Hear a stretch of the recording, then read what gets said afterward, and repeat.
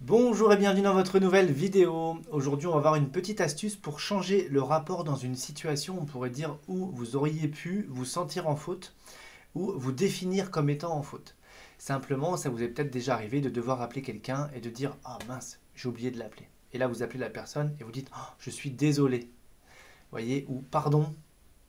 Vous arrivez en retard, vous dites «Oh bah pardon, veuillez m'excuser pour le retard, désolé pour mon retard». Et en fait, vous vous placez, ou on se place, hein, quand je dis vous, vous savez, je m'exclus jamais dans le sens où je suis comme vous, vous inquiétez pas. Mais si je m'adresse à vous, c'est pour ça que je dis vous, voilà, petite aparté.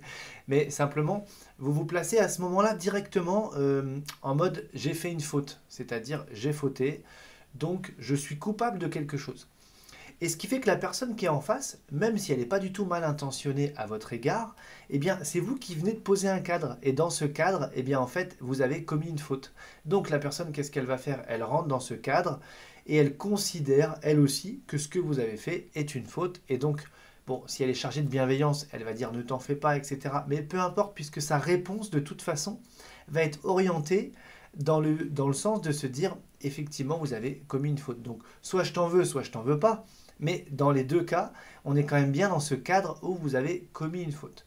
Donc, comment faire pour inverser ce processus? Alors, ça va peut-être pas forcément être facile au départ parce qu'on a été quand même conditionné.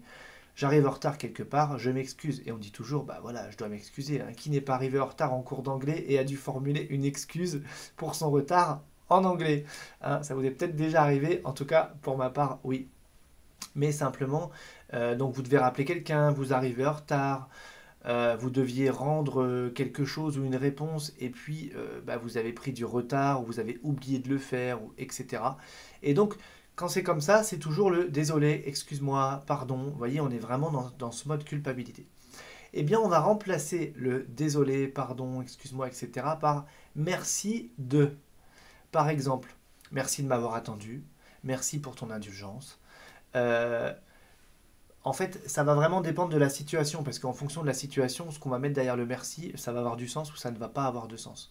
Merci de m'avoir attendu, merci pour votre indulgence, merci pour votre tolérance, merci pour votre bienveillance, merci pour ou merci de m'avoir attendu, merci de ne pas tenir compte de ce retard, ou etc.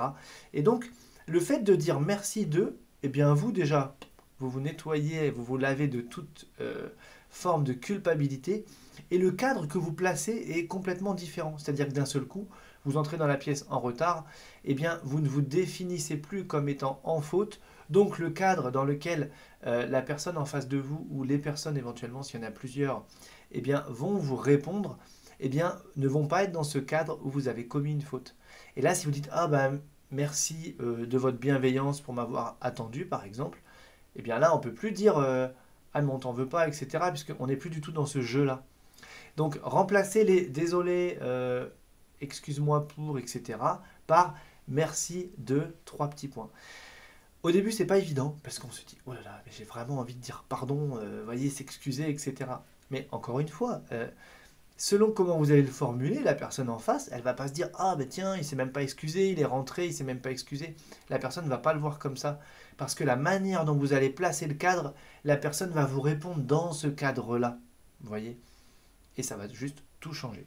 Donc une petite astuce toute simple, encore une fois, mais qui va changer le rapport que vous pouvez avoir parfois comme ça dans ces situations. Et puis on va sortir complètement de ce système-là où bah, je me place en victime, ou bien je me plains, ou bien vous voyez, je rentre dans tout un tas de trucs.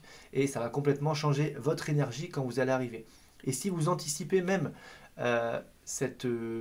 comment je pourrais dire ça, cette façon de rentrer dans la pièce et de ce que vous allez dire, bah vous allez voir que vous n'allez pas vous sentir aussi mal que si vous vous projetez en train de vous dire bon, je rentre, je m'excuse, etc. Vous voyez tout de suite, bah non, parce que vous allez rentrer comme quelqu'un qui n'est pas en faute, mais comme quelqu'un qui a conscience de ce qui s'est passé et qui renvoie la balle finalement à son audience ou à son interlocuteur et qui va même du coup bah, lui dire bah, merci, ça veut dire bah, t'es bienveillant en fait. Donc la personne en face, ça change complètement le rapport.